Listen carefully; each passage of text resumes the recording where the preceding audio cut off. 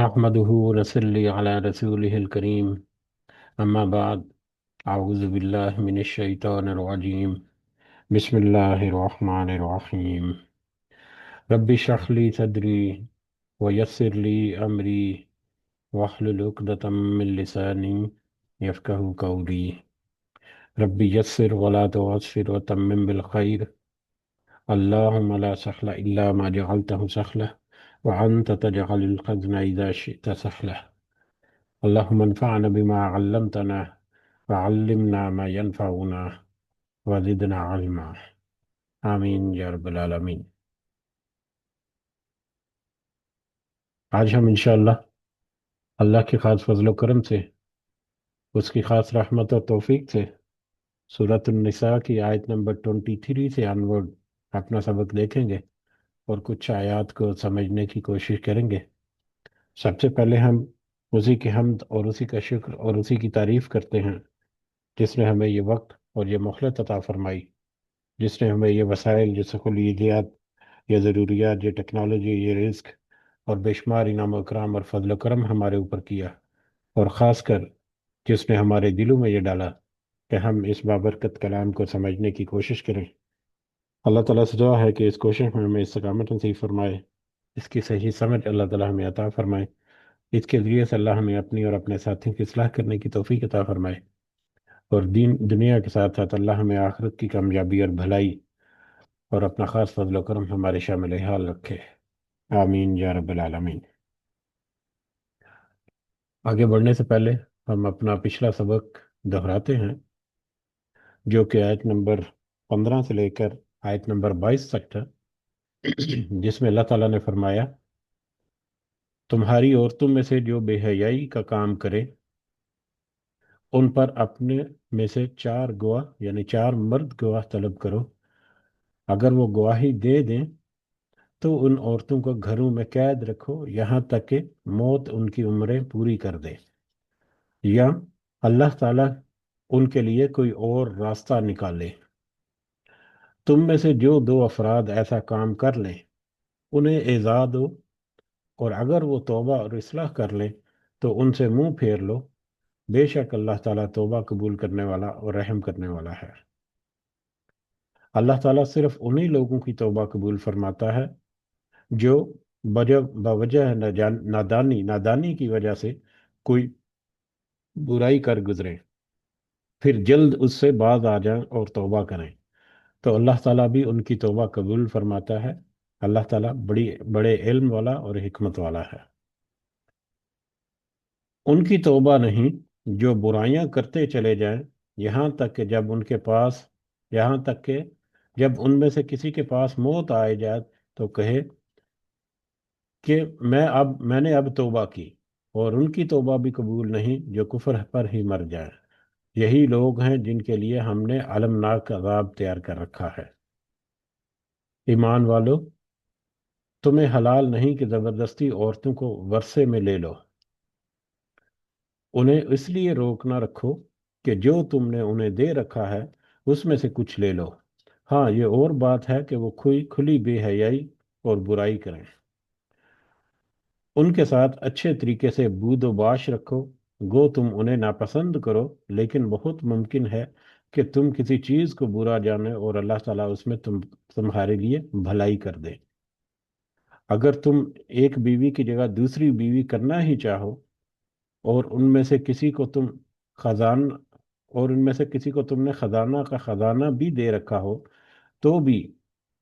اس میں سے کچھ واپس نہ لو، کیا تم اسے ناحق اور کھلا گناہ ہوتے ہوئے بھی لے لوگے؟ تم ایسے کیسے لوگے حالانکہ تم ایک دوسرے سے مل چکے؟ اور ان عورتوں نے تم سے مضبوط عہد و پیمان لے رکھا ہے، اور ان عورتوں سے نکاح نہ کرو جن سے تمہارے باپوں نے نکاح کیا، مگر جو گزر چکا، یہ بے حیائی کے کام ہے اور بغض کا یہ بے حیائی کا اور بغض کا سبب ہے، اور بڑی ہی بے روی ہے، اور بڑا ہی برا راستہ ہے۔ بڑی ہی بے روی یعنی بڑا ہی برا راستہ ہے۔ یہ ہمارا पिछला सबक था, और पिछले सबक में भी और उससे पहले भी हमने देखा कि इस्लाम से पहले का जो अरब मुआशरा, न सिर्फ अरब मुआशरा बल्कि एक ओवरऑल सिनेरियो जो दूसरे जो ममालिक या दूसरी जो कौमें या मज़ाहब जो हैं उनमें भी, कि बहुत सारी नाइंसाफ़ियों में बतौर ख़ास यतीम बच्चियों, यतीम बच्चियों, और फिर औरतों के ऊपर जुल्म और ज़्यादती और नाइंसाफ़ी वगैरह जो है, उनके सद्देबाब के लिए यतीमों के और यतीम बच्चियों के और औरतों के हकूक और उनके साथ अच्छा सलूक करना, और उनके मामलात जो हैं वो बहुत सारे मुख्तलिफ पहलू जो है वो इससे पहले डिस्कस हो चुके। और इन्हीं पहलुओं में तलाक और निकाह के बारे में भी बतौर ख़ास तज़किरा हुआ कि यतीम बच्चियों से अगर तुम इंसाफ नहीं कर सकोगे, उनके साथ जुल्म और ज़्यादती का तुम इरादा रखते हो, या तुम्हें लगता है कि तुम उनके साथ भरपूर हुस्न सलूक नहीं कर सकोगे, या किसी लालच और तमा की वजह से तुम्हारे लिए मुनासिब और जायज़ नहीं कि तुम यतीम बच्चियों के साथ निकाह करो, जिनको तुमने अपने घरों में पाला, या जिनकी तुमने परवरिश की, या जो तुम्हारी जेर पर सरपरस्त थी। और फिर उसके अलावा औरतों के दीगर हकूक जो है उनका भी तज़किरा, और बतौर ख़ास ये जो मर्दों को चार निकाह करने की इजाज़त की जो एक बड़ी जो एक सख्त शर्त है, कि जब तक तुम इंसाफ नहीं कर सकोगे, जब तब तक तुम्हें इजाज़त नहीं कि तुम एक से ज़्यादा निकाह करो। तो ये भी औरतों के हकूक की हिफाजत या औरतों के हकूक की जो जिम्मेदारी है वो भी मर्द के ऊपर अल्लाह ताला ने डाल दी। और फिर अभी पिछली ही आयत में हमने देखा कि उन औरतों से निकाह ना करो जिनके साथ तुम्हारे बापू ने निकाह किए, कि इससे पहले, इस्लाम से पहले ये भी रिवाज था कि लोग जो हैं वो अपनी सौतेली माएँ जो हैं अपने बाप की वफात के बाद अपनी सौतेली माओं को अपने पास रोक लेते मुख्तलिफ वजूहात की बिना पर, और या तो उनसे खुद निकाह कर लेते, या उनको निकाह करने ही ना देते, या अपने ही किसी जानने वाले या अजीज के साथ निकाह करते, ताकि इसका उसका वरासत का माल और दीगर जो उसके बहुत सारे उसके फायदे जो हैं वो खुद अपने पास रखें। तो इस तरह से जुल्म और ज्यादतियों का बहुत सारा तस्करा जो है वो पीछे गुजर चुका। और इन्हीं के बीचों बीच खुश रिश्तों की हुर्मत का कुछ ज्यादा पास जो है वो भी नहीं रखा जाता था। बहुत सारे ऐसे मामलात में जुल्म और ज्यादती जो है वो हद से बढ़ जाती। बतौर ख़ास अभी तज़किरा हुआ, यही आखिरी आयत जो 22 नंबर आयत में, कि वो अपनी सौतेली माओं के साथ भी निकाह कर लेते और उनको भी अपने घरों में रखते, ज़बरदस्ती करके, मजबूर करके, या इस तरह से। अगर हम आज के मुआशरे में या आज के माहौल में अगर हम देखें, तो आज के माहौल में जो इस्लाम वो वाहिद मज़हब है जो पूरी तफसील के साथ बाउंड्री मुकर्रर करता है, जो हुर्मत वाले रिश्ते हैं उनकी भी, और जो पाकीज़ा रिश्ते हैं उनकी, और जिनसे इजाज़त है वो फिर हमारे सामने निखर कर सामने आ जाते हैं। जबकि दूसरे अगर ध्यान देखें तो उनमें मजहबी एतबार से तो कुछ बहुत ज़्यादा फर्क नहीं, कुछ तकरीबन मिलता जुलता ही, लेकिन उनके जो आइली कवानीन हैं उनमें कुछ ऐसी चीज़ें ज़रूर मौजूद हैं जो इस्लाम से मुख्तलिफ हैं, और जिसकी बुनियाद पर वो इस्लाम के जो कवानीन हैं, आइली कवानीन, और ये निकाह की इजाज़त के कवानीन जो हैं उनके ऊपर वो कुछ उंगली उठाते हैं, जिसमें कज़न मैरिज वगैरह भी शामिल है। हालांकि ईसाइयत में या यहूदियत में कोई इस तरह से कोई कदगन नहीं है कि वो कज़न मैरिज करें, लेकिन वो उनकी अपनी अपनी तौजीहात और अपनी उनकी जो वजूहात हैं उनकी बुनियाद पर वो इस तरह से करते हैं। हाँ, हिंदुइज़्म में या कुछ ऐसे मुशरिक जो मज़ाहिब हैं उनमें कुछ ज़रूर है कि अपने करीबी जो रिश्तेदार हैं, अब कज़न जो है वो भी एक नेक्स्ट लेवल में आ जाता है, तो उस तक भी वो, या अपने ख़ानदान के अंदर वो कहीं पर भी कोई रिश्ता वगैरह जो है वो उनके लिए मुनासिब नहीं करते। तो ये उनके अपने आइली कवानीन जो गढ़े बुलाए हैं, लेकिन इस्लाम की खूबसूरती ये है कि इस्लाम ने इस अंदाज से वाज़े कर दिया हर चीज़ को, कि वो क़यामत तक के लिए अब उसी तरह से वाज़े है, उसी तरह से लिखा हुआ है, जिसमें अब किसी किस्म की कोई तखरीफ या कोई तब्दीली वगैरह जो है वो मुमकिन नहीं। तो अल्लाह ताला ने अपने जो अहकामात के ज़रिए से उन सारे रिश्तों की हुर्मत और तकद्दस जो है उसका भी पूरी तरह से इजहार किया। और फिर नबी करीम सल्लल्लाहु अलैहि वसल्लम जो है उन्होंने भी अपनी वजाहत और अपनी जो सुन्नत जो है उसके ज़रिए से बहुत सारी चीज़ों के मज़ीद वजाहत की, और उसमें फिर प्रैक्टिकल एस्पेक्ट जो है उनको खोल कर रखा। तो आज हमारे सामने ये दीन जो है एक कंप्लीट पैकेज के तौर पर एक बेहतरीन रहनुमाई जो क़यामत तक के लिए हमारे पास मौजूद है। ये अल्लाह ताला के एहसानों में से एक बड़ा एहसान है जो हमारे ऊपर अल्लाह ताला ने किया।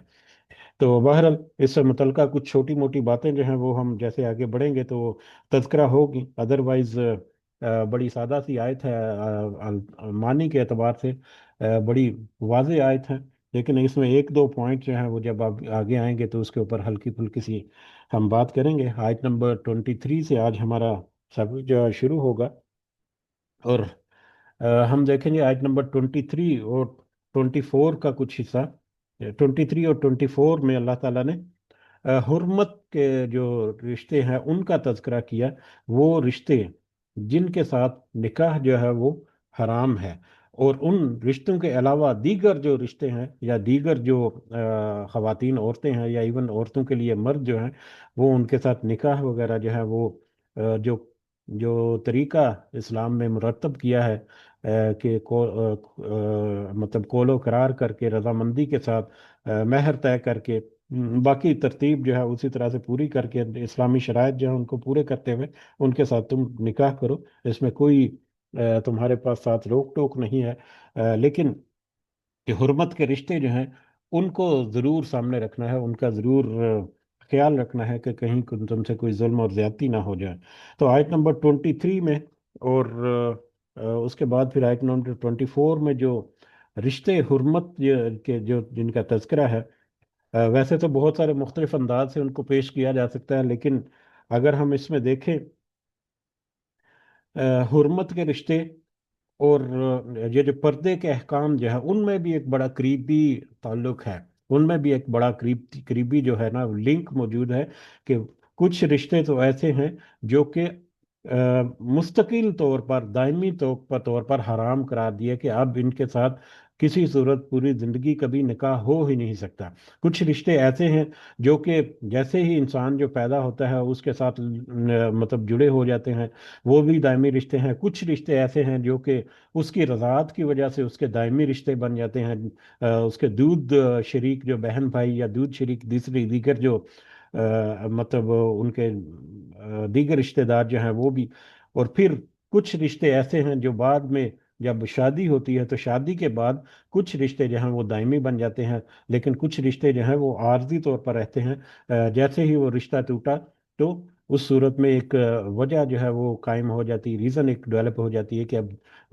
दूसरी सिचुएशन में कुछ रिश्ते जो है उनके साथ निकाह जो है वो किया जा सकता है। तो वो रिश्ते जो कि दायमी हैं, जो कि हमेशा परमानेंट रिश्ते हैं, जिन जो कभी नहीं टूटेंगे पूरी जिंदगी, उन रिश्तों के साथ तो कभी भी निकाह जो है वो नहीं हो सकता।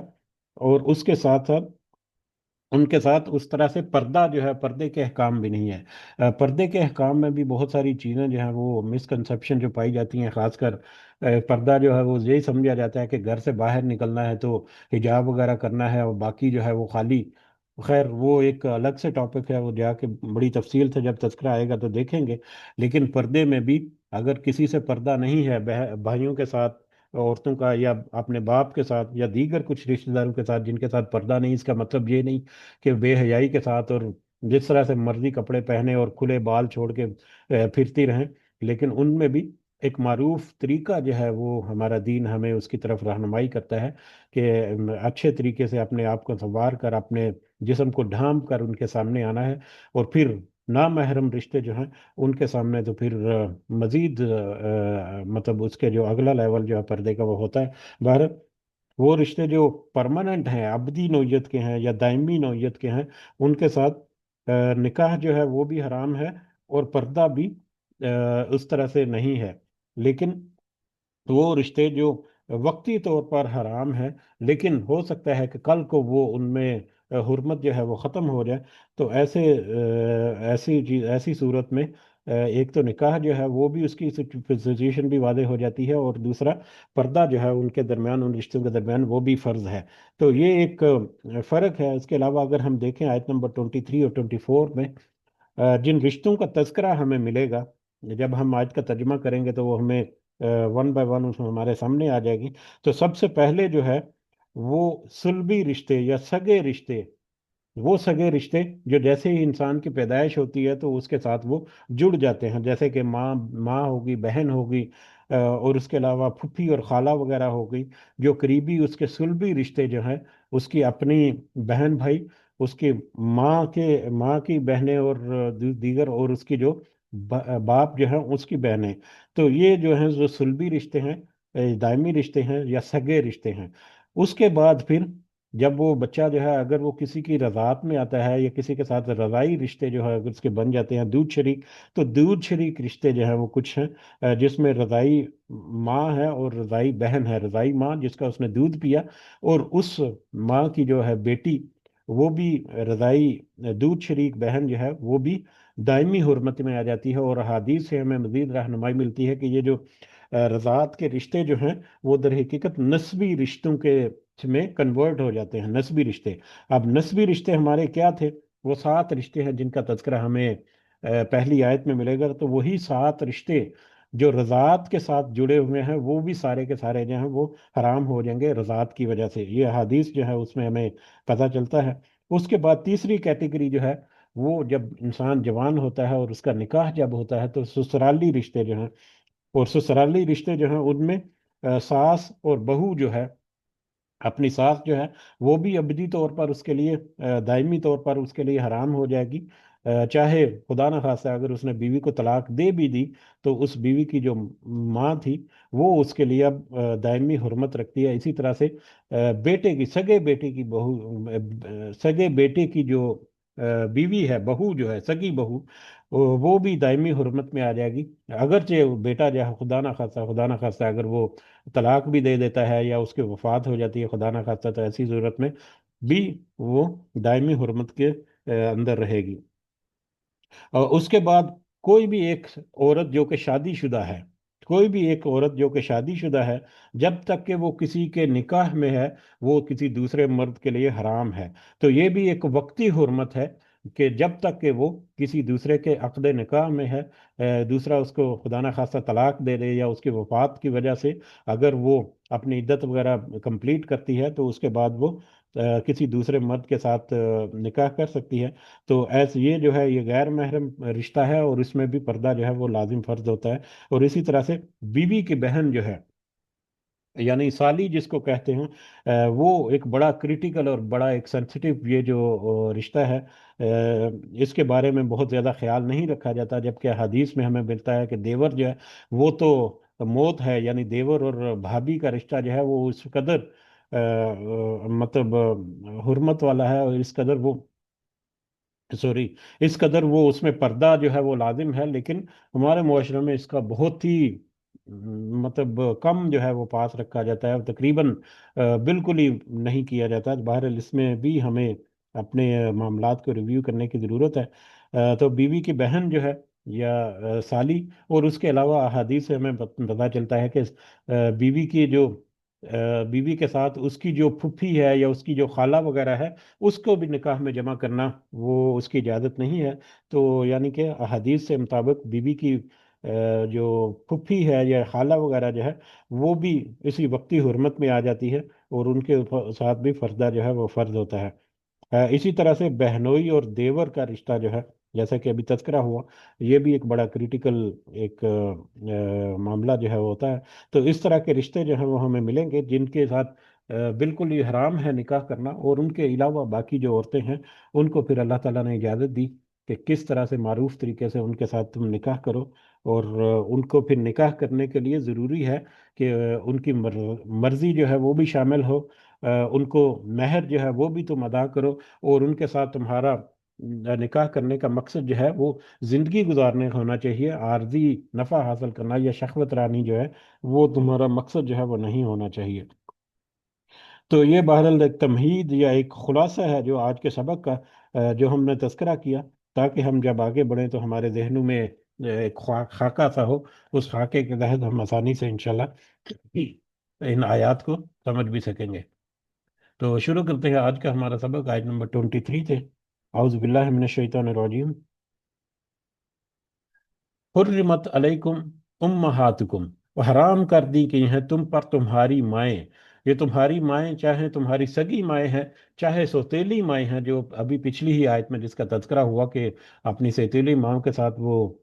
نکاح کرتے یا ان کو روکے رکھتے، تو یہ دونوں طرح کی مائیں جو ہیں وہ تمہارے لیے حرام کر دی گئی ہیں نکاح کے اعتبار سے۔ وہ بناتکم، اور تمہاری بیٹیاں، بیٹیاں جو ہے سگی بیٹیاں جو ہیں یہ ہیں۔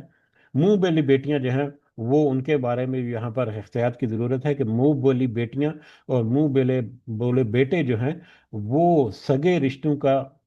متبادل نہیں ہو سکتے، جب تک کہ اگر کوئی منہ بولی بیٹی ایسی ہے اس کی رضاعت جب تک نہ ثابت ہو وہ بھی نامحرم رہے گی، وہ بھی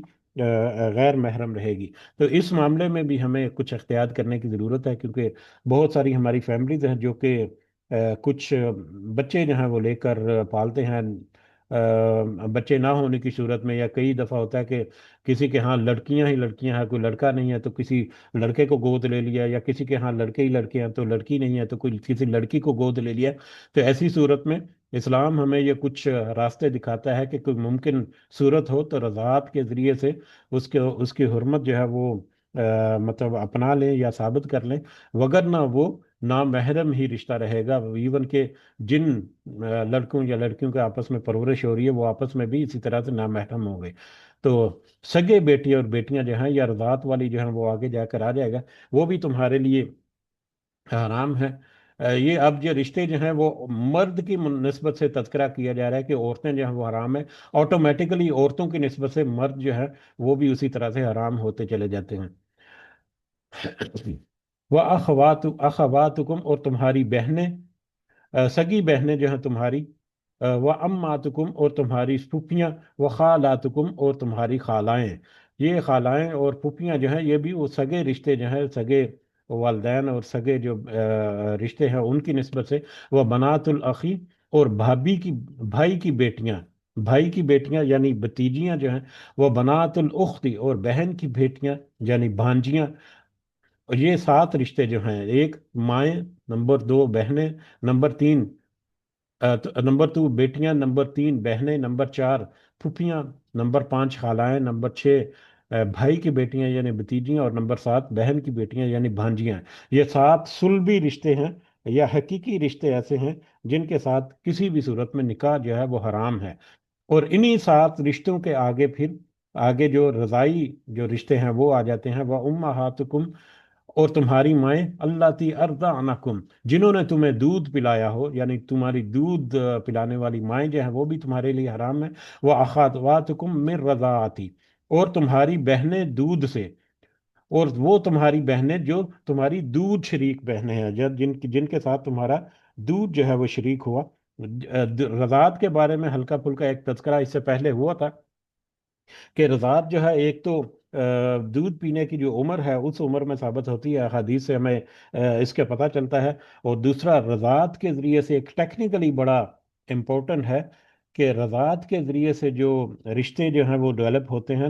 تو کیونکہ رضاعت جو ہے یا دودھ پلانا جو ہے وہ انتہائی کم سنی کی عمر میں ہوتا ہے، یعنی دودھ پینے کی شیر خواری کی عمر میں۔ تو اس عمر کے دوران بچہ جو ہے اس کا،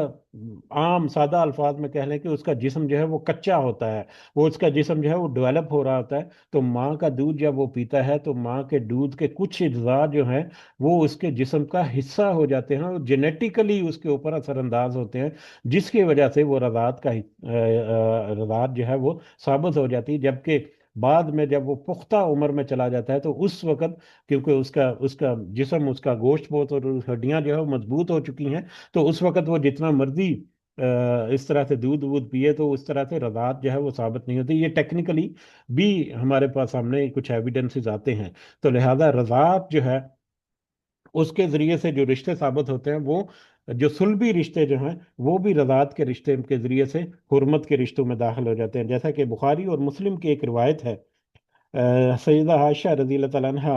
बयान करते हैं कि रसूलुल्लाह सल्लल्लाहु अलैहि वसल्लम ने फरमाया, रज़ात से भी वो रिश्ते हराम हो जाते हैं जो नसब से हराम होते हैं। जो नसब से हराम रिश्ते हो जाते हैं वो वही रिश्ते रज़ात से भी हराम होते हैं। तो लिहाजा ये पहले जो 7 रिश्ते हमने देखे कि माएँ और बेटियां और बहनें और फुफियाँ और खालाएं और भाई की बेटियां यानी भतीजियां और भांजियां, तो ये 7 रिश्ते जो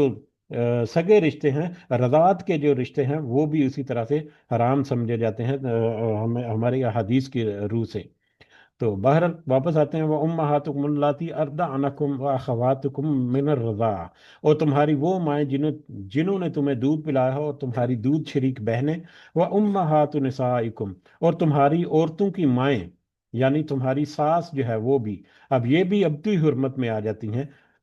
व रबाइबुकुम, और तुम्हारी लड़कियां, अल्लती फी हुजूरिकुम, वो जो तुम्हारी गोद में परवरिश पा रही हैं, मिन निसाइकुम, तुम्हारी औरतों से, यानी तुम्हारी सौतेली बेटियां जो तुम्हारी बीवियों की बीवियों के किसी दूसरे शोहर से,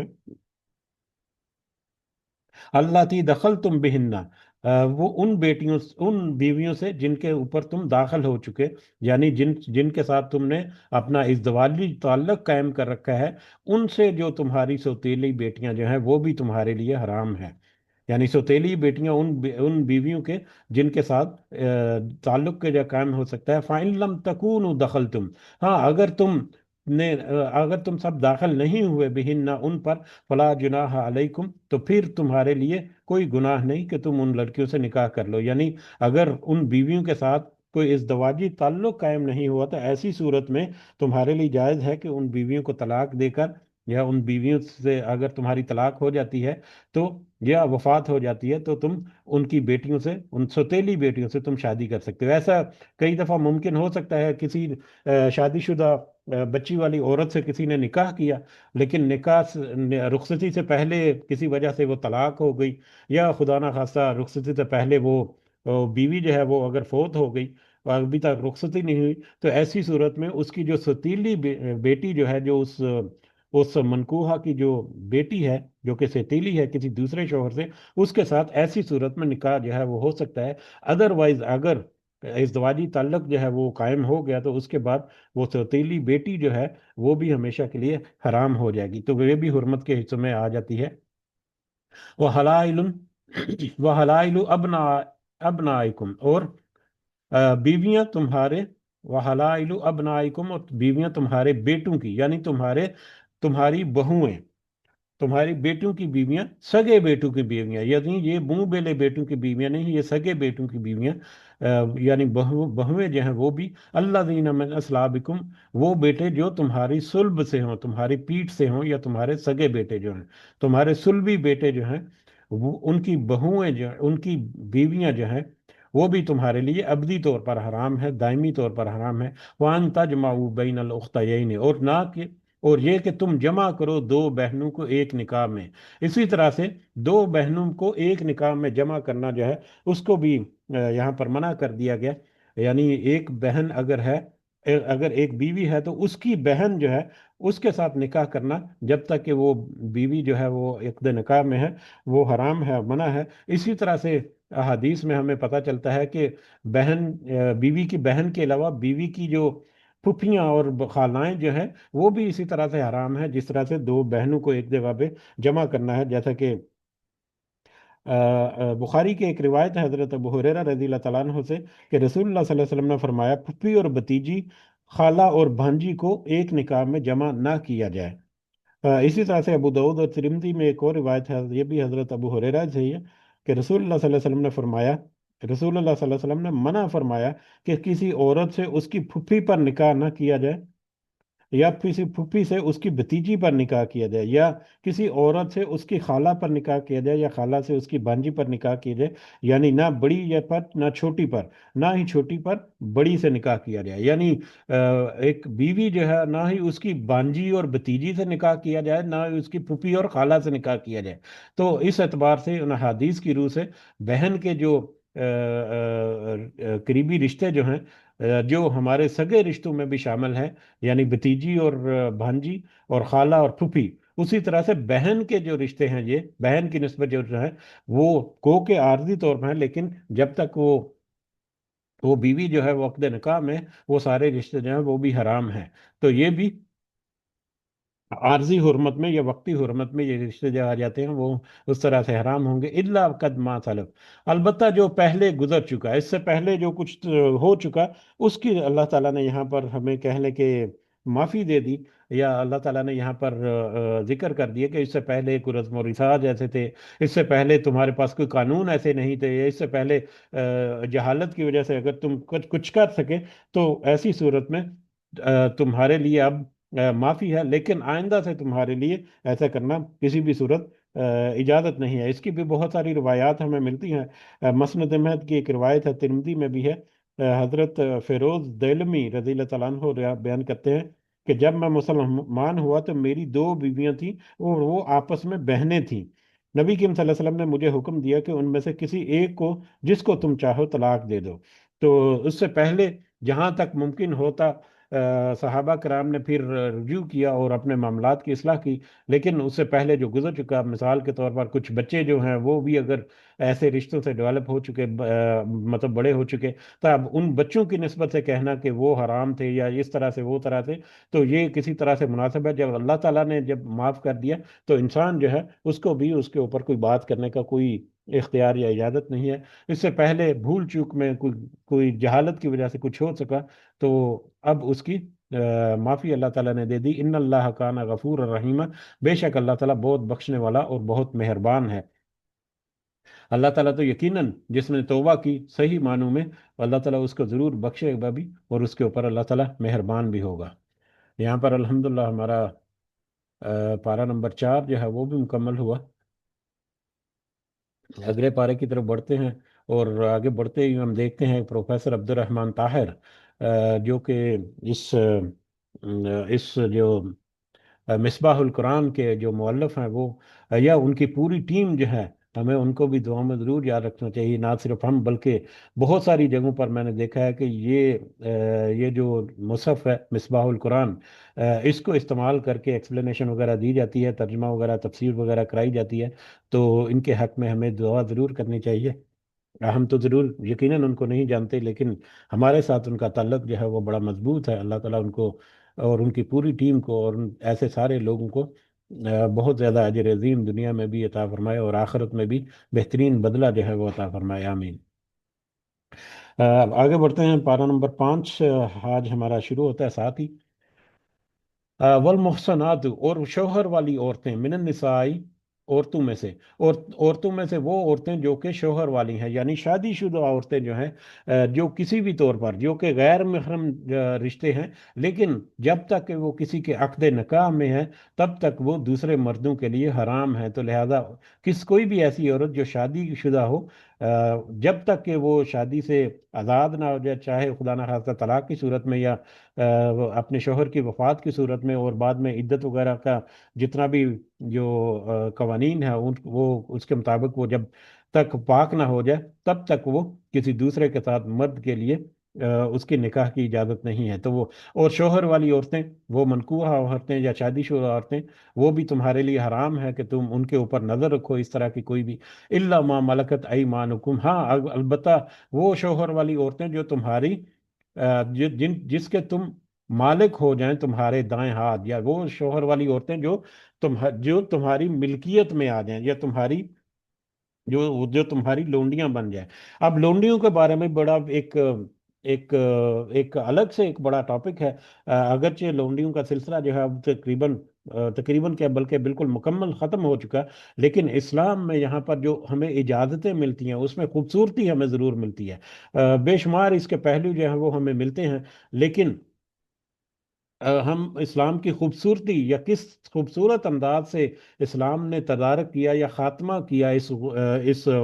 ग़ुलाम और लोंडी सिस्टम जैसा उसका, कि हमें उसकी दाद जो है वो ज़रूर देनी चाहिए। कि अब जो बहलत ज़रूर मजबूरी यहाँ पर आगे तज़किरा आएगा, अगर किसी ने किसी लोंडी के साथ, या किसी कनीज़, या किसी यानी कनीज के साथ अगर कोई निकाह किया तो ऐसी सूरत में उस कनीज के कुछ हुकूक जो हैं वो डेवलप हो जाते थे। जब तक कि वो लोंडी है, जब तक कि वो गुलाम है, तब तक उसके कोई हुकूक नहीं है। उसके साथ उसका मालिक जो मर्जी करता फिरे, उसके लिए कोई कोई उसका कोई पूछ पुरसाने हाल नहीं हो सकता। लेकिन जैसे ही वो किसी के अक्द निकाह में आएगी तो उसके कुछ ना कुछ हुकूक जो हैं वो डेवलप होने शुरू हो जाएंगे। अगरचे उसका महर जो है उसके लिए लाजिम नहीं है कि उसको महर दिया जाए, या वरासत में भी हो सकता है उसको कोई हिस्सा नहीं मिलता था। लेकिन इसके बावजूद अगर वो औरत जो है किसी आज़ाद मर्द के निकाह में आ गई है, और अगर उसका आज़ाद मर्द जो है वो अगर वो फोत हो जाता है तो वो औरत ऑटोमेटिकली आज़ाद हो जाती थी। और उसके अलावा वो औरत जो है वो तो ज़ाहिरी तौर पर गुलाम या लोंडी है, लेकिन उसके बच्चे जो हैं वो आज़ाद होंगे, जो कि वरासत में भी हिस्सेदार होंगे और आज़ाद हैसियत से भी वो मुआशरे में रहेंगे। तो इस तरह से बहुत सारी ऐसी खूबसूरतियां हैं हमारे दीन की। इस कदर वो एक खुबा हुआ एक ये रिवाज था या ये तरीका था कि इसको ख़त्म करना अचानक से ये मुमकिन नहीं था। लेकिन बतदरीज कैसे कैसे रास्ते इस्लाम ने निकाले कि जिसकी वजह से ये लोंडी का ये गुलामाना जो सिस्टम जो है वो ख़त्म हुआ उस वक़्त। और फिर मतलब अब जो है वो बिल्कुल अब भी ऐसी सिचुएशन हो सकती है। बहरहाल ऐसी सिचुएशन ये जो यहाँ पर जिसका तल्लक है कि वो शादीशुदा औरत जो तुम्हारी मिल्कियत में आ जाए, तो ये वो शादीशुदा औरत है जो कि जंग के दौरान, ये जंग भी कोई मतलब ऐसे ही आपस में मुठभेड़ होने वाली नहीं, यानी कुफार के साथ जंग के दौरान अगर गलबा हासिल हो जाए और वहां से माल गनीमत के तौर पर जो सामान मिलता है उसमें अगर जंगी कैदी जो बन जाएंगे, तो मर्द और औरतें जो हैं वो गुलाम बना लिए जाते, गुलाम और लोंडी बना लिए जाते थे। और फिर उसको फिर बाकायदा एक निज़ाम के तहत जो भी अमीर या जो उस वक्त जो हुक्मरान है उसके पास उसका हक होता था कि वो उस उन गुलामों को या लोंडी को वो फिर वो तकसीम कर दे मुसलमानों में। तो ऐसी जो लोंडियां हैं जो कि पहले, क्योंकि वो पहले निकाह में थी, अब जबकि वो गुलाम बनकर आ चुकी हैं, तो लिहाजा अब उनका निकाह जो है वो ख़त्म हो चुका है पहले अपने खावंदों से, क्योंकि अब वो गुलाम बनकर एक मुसलमान माशरे में आ चुकी है। तो ऐसी सूरत में इन गुलाम लोंडियों का एक तो ये था कि उनको खुला छोड़ दिया जाए। ऐसी सूरत में वो बेहयाई और बुराई का इर्तकाब करती फिरें, तो उससे बेहतर है कि किसी के जेर साया तसल्लुत में रहें, किसी की ओनरशिप में रहें, ताकि उनका ख्याल भी रखा जा सके और ताकि वो मुआशरे में कोई बेरारवी वगैरह जो है उसका भी उसमें एहतमाल ना हो। तो इन चीज़ों को से रोकने के लिए उसका एक बाकायदा निज़ाम जो है वो तरतीब दिया जाता था। उस एतबार से वो औरतें हैं जो कि किसी जंग के नतीजे में गो के वो शादीशुदा हों, लेकिन जो हमें हमारी जो अहादीस है उनसे हमें पता चलता है कि उनकी इजाज़त दी दी थी, तो वो उनके मालिक जो हैं उनके साथ वो निकाह कर सकते हैं। मतलब कुछ अहादीस जो हैं वो भी हमें इस ज़मन में मिलती हैं। लेकिन वो निकाह करना जो है वो भी मारूफ तरीके से है कि जैसे ही वो मतलब मिले वैसे ही नहीं, बल्कि उनके एक दो माहवारी जो है वो गुजर जाने के बाद, कम से कम एक पीरियड गुजर जाने के बाद उनके साथ निकाह हो सकता था, ताकि जो कोई रहम वगैरह का जो मामला है वो उसमें खुल जाए, वादे हो जाए कि अगर कोई प्रेगनेंसी वगैरह है तो वो भी वादे हो जाए। बहरहाल ये अलग से एक तफसील है, लेकिन क्योंकि प्रैक्टिकली अब हमारे सामने नहीं होती, लिहाजा हमारे लिए कुछ कम अहमियत। हाँ, अलबत्ता जैसा कि तज़किरा हुआ कि इसका जिक्र जो है इस्लाम की खूबसूरती के तौर पर ज़रूर करना चाहिए कि किस तरह से बतदरीज मुसलमान इस्लाम ने इस पूरे निज़ाम को ख़त्म किया, इस हमारे पूरे इस मुआशरती रवैये जो है उनको दुरुस्त करने में। वह उहिल्ल लकुम मा वराअकुम, और हलाल कर दी हैं तुम्हारे लिए जो उसके अलावा हैं। ये जो हुर्मत के रिश्ते अब तक जो आ चुके, यहाँ तक जितने आए, बल्कि यहाँ तक कि सुलभी रिश्ते भी और ब्रदाई रिश्ते भी और उसके ससुराली रिश्ते भी, और उसके अलावा वो सारी औरतें जो किसी के अक्द निकाह में हैं, वो सारी की सारी, इनके अलावा दूसरी औरतें जो हैं वो तुम्हारे लिए जायज़ हैं कि तुम उनके साथ निकाह कर सकते हो। लेकिन उन निकाह की शर्तें जो हैं वो तुम्हें पूरी करनी है। अन तब ताऊ कि तुम हासिल करो उन्हें, यानी उनके साथ उनकी रजामंदी के साथ उनके साथ तुम निकाह कर सकते हो। बी अमवालिकुम, उनको उन अपने मालों से, यानी उनको हक महर वगैरह मुकर्रर करके उसके बाद उनके साथ तुम निकाह करो, मुहसिनीना, और निकाह में लाने वाले हों। जो उसका मकसद जो है तुम्हारा, वो उनको, उन औरतों को मुहसिना बनाना है। ये मुहसिनात जो आया था, तज़किरा हुआ था, ये मुहसिनात, इसके बहुत सारे मुख्तलिफ मानी हैं, और इसका एक मानी जो है वो शादीशुदा औरत भी है। तो तुम इस नीयत से उनके साथ निकाह करो कि तुम उनको मोहसिना बनाओ। मोहसिना बनाओ यानी उनके साथ रहने सहने के लिए उनके साथ शादी करो, ना कि तुम गैर मुसाफिहीन बदकारी करने वाले बन जाओ। बदकारी अपनी जिनसी ख्वाहिश को हासिल करने के लिए नहीं, या आर्जी तौर पर नहीं, बल्कि मुस्तकिल तौर पर उनको अपने अपने साथ रखने के लिए और मुस्तकिल तौर पर उनके लिए, उनके साथ जिंदगी गुजारने के लिए तुम उनके साथ निकाह करो। इन्हीं कुछ आयात से ये मता का जो एक कंसेप्ट जो है वो, उसके ऊपर कुछ बात होती है, वो अलग अलग से टॉपिक है, उसके ऊपर हम बात नहीं करेंगे। बहरहाल यहाँ पर जो चार शराइत जो हैं वो हमें मिलती हैं इस आयत में, कि तुम उनके साथ मतलब कौलो करार करके उनकी मर्जी के साथ, रजामंदी के साथ उनके साथ तुम निकाह करो, क्योंकि वो अब आज़ाद औरतें हैं। जब तक औरत की रजामंदी नहीं है तब तक निकाह नहीं हो सकता, और फिर उनका महर जो है वो भी लाजम मुकर्रर करना है, और उनके साथ गुजरान करने के लिए, उनको मोहसिना बनाने के लिए, हमेशा उनके साथ ज़िंदगी गुजारने के लिए निकाह करो, आर्जी तौर पर नहीं, गैर मुसाफिहीना, और बदकारी करने के लिए, नफसानी ख्वाहिश के लिए नहीं, बल्कि जो अल्लाह ताला ने एक पाकीज़ा रिश्ता रखा है, उस रिश्ते की पाकीज़गी का एहतराम करते हुए उसके साथ रहना है, ना कि अपनी शहवत जो है उसको पूरा करने के लिए उससे शादी करनी है। फमस्तमता आतुम, फिर जो तुम फायदा हासिल करो बिही, उसके बदले, यानी उस निकाह के बदले में जो तुमने फायदा हासिल किया, मिनहुन्ना, उन औरतों से, फ़ातूहुन्ना उजूरहुन्ना फरीदा, तो तुम दो उन्हें उनके महर बतूर फर्ज। जो महर उनके जो तुमने मुकर्रर कर लेते या तय किए थे, उनको उनके महर जो है वो भी तुम अदा कर दो, क्योंकि तुमने उनसे फायदा हासिल किया है। और ये महर जो है, ये ये औरत का हक है कि वो उसको लाजिम जो है वो दिया जाए। वला जुनाह अलैकुम, और नहीं तुम कोई गुनाह तुम पर, फमा फी मा तराजी, तुम इसमें जो तुम बाहमी रजामंदी, राजी हो रजामंदी के साथ भी ही उस महर में, मिन बाद फरीदा, मुकर्रर करने के बाद, यानी वो महर मुकर्रर जो शुदा था वो तुम्हें अदा करना है। हाँ, अलबत्ता बाहमी रजामंदी से अगर औरत जो है उसमें से कुछ हिस्सा या सारा हिस्सा तुम्हें छोड़ दे, या तुम्हें वापस कर दे, या तुम्हें तोहफतन तुम्हारे सुपुर्द कर दे, तो ऐसी सूरत में तुम्हारे लिए इजाजत है कि तुम उस महर से तुम फायदा उठा सकते हो। इन अल्लाह काना अलीमन हकीमा, बेशक अल्लाह ताला खूब जानने वाला और हिकमत वाला है। अल्लाह ताला ने ये जो फैसले किए हैं और ये अहकामात जो नाजिल किए हैं, ये अहकामात हिकमत से भरे हुए हैं, और अल्लाह ताला की ने पूरे इल्म के साथ इनका इहाता करके ये सारे नाजिल किए। या अल्लाह ताला पूरी इल्म रखता है जो कुछ तुम करते हो, और अल्लाह ताला ने ये फैसले जो किए हैं ये हिकमत से भरे हैं। लिहाजा अल्लाह ताला की इन हिकमतों के आपके आगे अपनी मनमानी करने की कोशिश मत करो। वमन लम यस्तती मिनकुम तौलन, और जो कोई तुम में ना रखता हो कुदरत,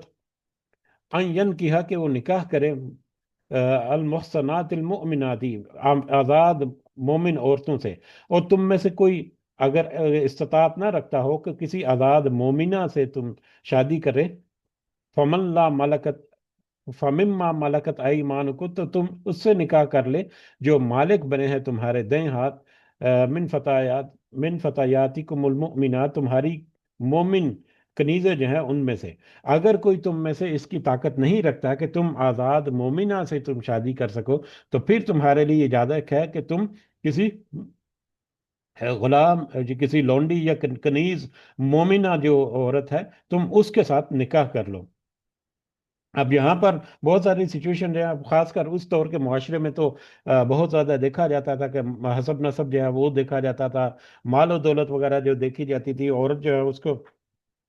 औरत के साथ पूरा इख्तियार होता था। आज भी पूरा इख्तियार है औरत के पास, लेकिन उस वक्त ये मामला जो है वो ज़्यादा गंभीर होता था। तो आज भी कोई सिचुएशन ऐसी नज़र आ सकती है कि मतलब किसी तौर पर मुमकिन नहीं कि कोई ऐसी आज़ाद औरत जो कि अच्छी ख़ानदानी हो, वो डेफिनेटली उसकी उसकी रिक्वायरमेंट भी ज़्यादा होंगी, उसके मामलात भी ज़्यादा होंगी। तो आज आज के दौर में अगर हम देखें तो बहुत सारी ऐसी गरीब फैमिलियां हैं जिनकी तरफ अमीर लोग मुड़कर नहीं देखते, तो उन غریب فیملی سے کچھ مطلب خواتین جو ہیں ان کے ساتھ نکاح کر لو، ان کے ساتھ احسان کرتے ہوئے، یا گو کہ اس کا تعلق اس سے بالکل نہیں ہے کہ وہ کنیزوں کے ساتھ نکاح کرنے والے میں، لیکن آج بھی کیونکہ یہ نکاح جو ہے یا یہ آیت جو ہے یہ اس طرف اشارہ کرتی ہے کہ تم بجائے اس کے کہ تم بے راہ روی کی طرف جاؤ کم عمری میں، جیسے ہی خاص کر لڑکا جو ہے، لڑکیاں لڑکے دونوں کے ساتھ یہ معاملہ ہے، لیکن بطور خاص لڑکوں کے ساتھ ہوتا ہے کہ جنسی خواہش جو ہے وہ بہت زیادہ ہوتی ہے، خاص کر نوجوانی کی عمر میں. تو جنسی خواہش کو پوری کرنے کے لیے بجائے اس کے کہ تم ادھر ادھر منہ پھارتے پھرتے ہو، کوئی حرام کاری کرتے پھرو یا کچھ ایسے کام کرتے پھرو جو جس کی ہمیں اسلام اجازت نہیں دیتا، تو تمہارے لیے مناسب یہ ہے کہ جتنی جلد ممکن ہو تم نکاح کرو، اور نکاح کر کے اپنی اس ضرورت کو، اتنے اس خواہش کو پورا کرو. تو اس ضمن میں یہ امپورٹنٹ ہے ہمارے لیے سمجھنا کہ ہم اپنے بچوں کی شادیاں جو ہیں وہ بھی ڈیلے کرتے ہیں، اور بلا وجہ سے اب تو 30 32 سال کے بھی ہو جاتے ہیں اور نکاح جو ہے ان کے ابھی تک کچھ پتہ ہی نہیں ہوتا. تو اب اس میں چھپے ہوئے گناہ جو ہیں وہ بہت سارے ہوتے ہیں، جو اکثر جو ہے والدین کو بھی پتہ نہیں ہوتا، اور مطلب قریبی رشتہ داروں کو کسی بھی نہیں پتہ ہوتا. اللہ تعالی ہم سب کو محفوظ رکھے. تو ان سب برائیوں سے بچنے کے لیے سب سے بہترین طریقہ جو ہے کہ جتنی جلدی ممکن ہو نکاح جو ہے وہ کیا جائے، اپنے بچوں کا نکاح کیا جائے، یا جس کے پاس کوئی استطاعت ہے تو وہ نکاح کرے. جو اگر آزاد عورت اس طرح سے نہیں ہے تو دوسری صورت میں بھی، لیکن کچھ نہ کچھ صورت جو ہے وہ آج بھی کچھ ضرور نکل سکتی ہے. بہرحال اگین میں دہراؤں گا کہ یہ کنیزوں والا معاملہ جو ہے وہ اس میں نہیں ہے، لیکن یہاں پر جو ضرورت کا ایک تقاضا جو ہے وہ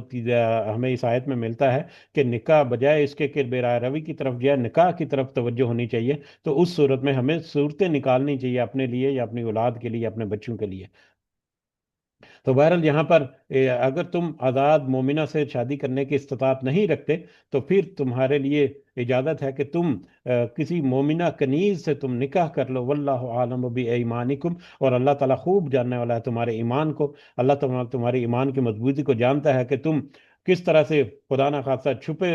ڈکے چھپے انداز میں اپنے تم ایمان کو کمزور کرتے ہو یا اپنے ایمان کو گنوا بیٹھتے ہو. اس سے بہتر ہے کہ تم اللہ کے حکم کے تحت کہیں نہ کہیں نکاح کا بندوبست ضرور کرو. بعضکم من بعض،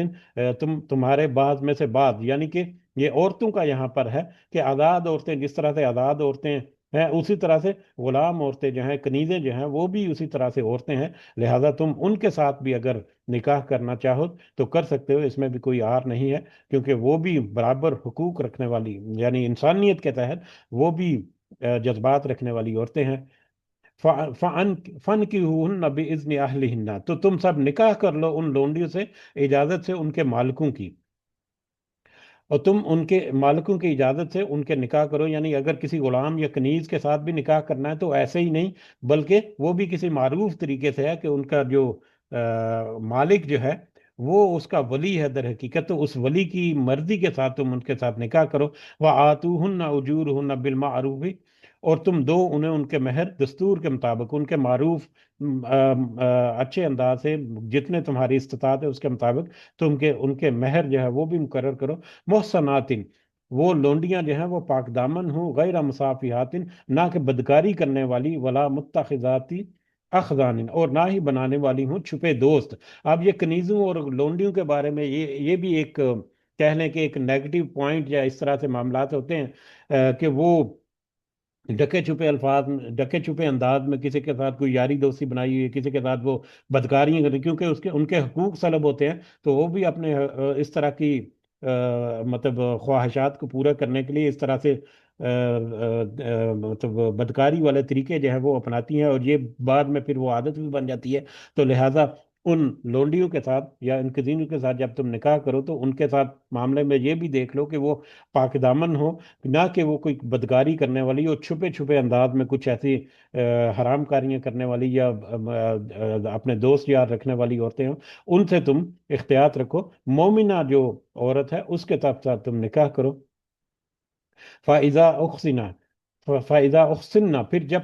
جب نکاح میں آ جائیں، فائن آتئین بفاحشۃ، اور نکاح میں آنے کے بعد اگر وہ کنیزیں وہ ارتکاب کریں فحاشی کا، بدکاری کا یا زنا کا، فعلیہن نصف ما علی المحسنات، تو ان پر سزا ہے اس کی آدھی جو کہ آزاد عورت ہے من العذابی سزا میں سے، یعنی اس کے اوپر پھر آزاد جو محسنہ تھی یا آزاد شادی شدہ عورت ہے، اس کی سزا کا آدھا جو ہے اس کنیز کو سزا دینی ہے۔ تو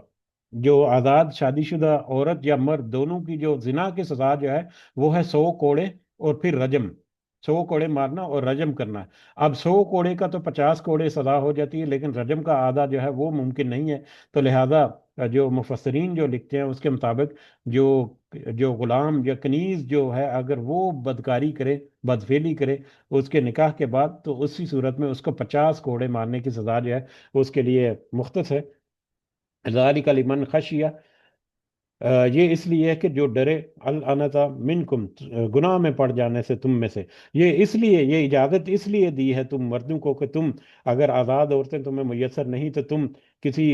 مومنہ لونڈی سے تم شادی کر لو۔ یہ اس لیے ہے کہ تاکہ تم گناہ میں پڑ جانے سے بڑے، یہ بڑا اہم کریٹیکل ہے، اس کے بارے میں آلریڈی ہم تھوڑی سی بات کر چکے کہ بجائے اس کے کہ کوئی گناہ میں پڑے یا کہ اس طرح کے معاملات کرے، بہتر یہ ہے کہ نکاح کا کوئی حل جو ہے یا نکاح کا کوئی معاملہ جو ہے وہ تلاش کیا جائے اور اس طرح سے کیا جائے۔ گو کہ آج کل اس طرح سے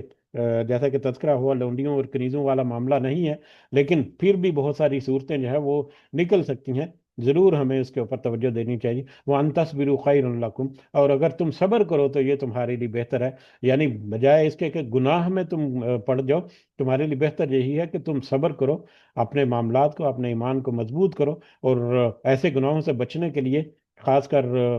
اگر شادی کی استطاعت نہ ہو تو ہمیں ہمارا جو اسلام ہے وہ طریقہ بتاتا ہے روزے رکھنے کی، کہ اگر تمہارے پاس استطاعت نہیں ہے کہ تم شادی کر سکو، نکاح کر سکو، اور تم تو تمہارے لیے بہتر یہی ہے کہ تم اپنی نفسانی خواہشات کو قابو میں رکھنے کے لیے روزے جو ہے وہ رکھو زیادہ سے زیادہ۔ واللہ غفور الرحیم، اور اللہ تعالیٰ خوب بخشنے والا اور مہربانی کرنے والا ہے۔ اللہ تعالیٰ یقیناً ایسے معاملات میں جو گناہ ہوتے ہیں، جو معاملات میں جو کمی بیشی ہوتی ہے، تو جو بھی کوئی صحیح معنوں میں اپنے توبہ پیش کرے گا اللہ کے حضور، تو اللہ تعالیٰ اس کو ضرور قبول کرے گا اور بخش بھی دے گا، اور پھر رحم بھی کرے گا۔ اگر تم اللہ کے احکامات کے مطابق معاملات کو لے کر چلو اور اس کے مطابق اپنے معاملات کو رکھو، تو یقیناً اللہ تعالیٰ مہربانی کرنے والا بھی ہے، رحمت کرنے والے ہے۔ تو یہیں پہ ہمارا آج کا سبق جو ہے وہ روکتے ہیں ہم اس دعا کے ساتھ کہ بہت سارے معاملات میں ہمیں اپنی اصلاح کرنے کی ضرورت ہے۔ اللہ تعالیٰ سے دعا ہے کہ اللہ تعالیٰ ہمیں ان آیات کی صحیح سمجھ کے ساتھ ساتھ اپنے معاملات میں اصلاح کرنے کی توفیق عطا فرمائے۔ آمین یا رب العالمین، وما علینا الا البلاغ المبین۔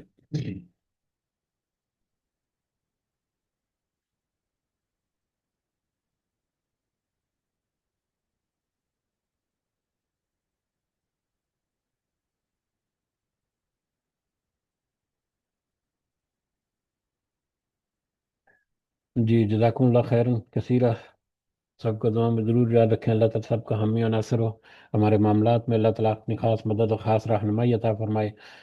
میرے کہنے میں، ہمارے سننے میں، سمجھنے میں کوئی اونچ نیچ کمی بیشی ہے تو اللہ تعالیٰ ہمیں معاف فرمائے، اور اس کی صحیح سمجھ جو ہے وہ ہمارے دلوں میں اتارے، اور ہم سب کو توفیق دے کہ ان چھوٹے چھوٹے معاملات میں جن میں ہم بہت کمزور ہیں اپنے دنیاوی رسم و رواج کی وجہ سے، اپنے دنیاوی معاملات کی وجہ سے، اللہ تعالیٰ ہمیں توفیق دے خاص کر اپنے بچوں کے معاملات میں، کہ اکثر اوقات جو ہے وہ والدین کی طرف سے ہی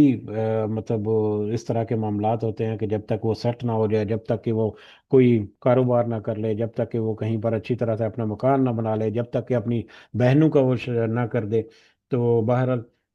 بہت ساری مجبوریاں سب کے ساتھ لگی ہیں۔ اللہ تعالیٰ ہم سب کے لیے آسانی کرے، لیکن ان کے ساتھ ساتھ انہی مجبوریوں میں رہتے ہوئے ہمیں ضرور ان چیزوں پر نظر رکھنی چاہیے کہ کہیں پر ممکن صورت نکلے تو ہم اپنے لیے آسانی پیدا کریں، اور در حقیقت اللہ کے حکموں کے تحت اپنے آپ کو کرنے میں ہی ہمارے لیے آسانیاں ہیں۔ اللہ تعالیٰ ہمیں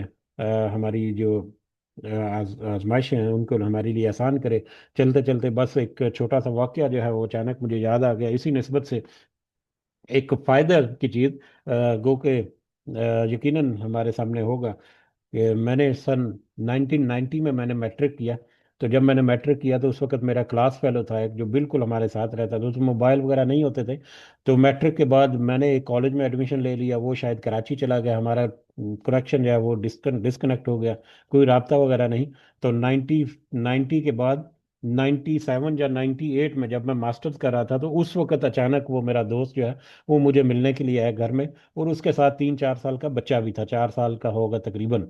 तो उसको मैंने अंदर बिठाया, बातचीत की, गपशप की। तो गपशप करते करते उससे पूछा कि ये तुम्हारा भतीजा है या भांजा है। आमतौर पर, क्योंकि उतना छोटी उम्र थी, वो भतीजा भांजा ही हो सकता था। तो मैंने इसी गुमान में उससे पूछा, तो कहता नहीं, ये तो मेरा अपना बेटा है। मैंने कहा अपना बेटा है, इतनी जल्दी तुम्हारा कैसे हो गया? वो कि उसने कहा मेरे, मैं राजी नहीं था, मेरे वालिद ने मेरी ज़बरदस्ती शादी कर दी कि नहीं, तुम्हारे लिए बेहतर ये है कि तुम अभी शादी कर लो, बजाय इसके कि तुम उल्टे पुल्टे इधर उधर करते रहो। तो मैं जब पढ़ रहा था, तो उसी दौरान मेरे वालदैन ने मेरी शादी कर दी। और अब उस वक्त उसकी तकरीबन जो है, तकरीबन कह लें कि 25 26 27 साल, 26 साल होगी या 27 साल होगी। और उस वक्त उसका 4 साल का बच्चा था। ठीक है। और अगर मैं आप विजुलाइज करूं कि उसके 50 साल की उम्र तक होने तक उसका बेटा जो है वो भी तकरीबन 22 25 साल का हो चुका है, यानी जवान हो के वो भी अपने बाप के साथ खड़ा हो चुका होता। जब जब लेट उम्र में शादी करेंगे तो बच्चे भी लेट होंगे। तो उसके सूरत में अब तो जैसी हमारी खुराक है, और जो हमारी जैसी हमारी आदत है, और जैसे हमारे माहौल है, तो अब तो 40 साल की उम्र के बाद ही हड्डियां जो है जवाब देने लगती हैं। इस तरह की खुराकें, खासकर हमारे एशियन कंट्रीज में ये मामला जो है ज़्यादा गंभीर हैं। और 50 55 साल की उम्र जो है उसके बाद तो वैसे ही कमज़ोरी लागरी आ जाती है। और फिर उसके बाद फिर आपको पता है कि अफजल उम्र जो है वो भी, नबी करीम सल्लल्लाहु अलैहि वसल्लम भी उससे पनाह मांगते थे अल्लाह ताला की हिफाजत में आने के लिए। तो ये भी एक पहलू जो है मेरे जहन में अचानक आया कि कम उम्री में, कम उम्री का मतलब ये नहीं है कि 12 14 साल, लेकिन ये है कि एक मुनासिब सी एज में, बजाय इसके कि 30 साल 28 साल करके, उससे पहले जब जब भी मुमकिन हो, वालदैन जो है अगर वो इस्तात रखते हैं, घर में जगह वगैरह भी है, उनका काम वाम भी अच्छा है, कि वो एक आध बहू अपने साथ रखें या उसका कोई बच्चा होता है, तो ये घर के अंदर फैमिली सिस्टम में इतना ज़्यादा बोझ नहीं होता। बहरहाल, अल्लाह ताला हमें तौफीक दे के हम इस मामलात को समझ सकें, और इनकी आसानियाँ जो हैं उनसे भी हम फ़ायदा हासिल कर सकें। हमें भी दुआ में ज़रूर याद रखें। अल्लाह ताला सबका हामी और नासर हो। इस मामले में अगर कोई कमेंट करना चाहें आज या कभी भी कर सकते हैं। अल्लाह ताला हम सब के लिए आसानियाँ फरमाए, आमीन। रब्बिरहमहुमा कमा रब्बयानी सगीरा, रब्बिरहमहुमा कमा रब्बयानी सगीरा, रब्बिरहमहुमा कमा रब्बयानी सगीरा। रब्बना आतिना फिद दुनिया हसना व फिल आखिरति हसना व किना अज़ाबन्नार। रब्बना ज़लमना अनफुसना व इन लम तगफिर लना व तरहमना लनकूनन्ना मिनल खासिरीन। रब्बना तक़ब्बल मिन्ना इन्नका अंतस समीउल अलीम व तुब अलैना इन्नका अंतत तव्वाबुर रहीम। सुब्हान रब्बिका रब्बिल इज़्ज़ति अम्मा यसिफून व सलामुन अलल मुरसलीन वल्हम्दुलिल्लाहि रब्बिल आलमीन। सुब्हानकल्लाहुम्मा व बिहम्दिका नशहदु अन ला इलाहा इल्ला अंता नस्तगफिरुका व नतूबु इलैक। जज़ाकुमुल्लाहु खैरन कसीरा। अस्सलामु अलैकुम व रहमतुल्लाहि व बरकातुहू।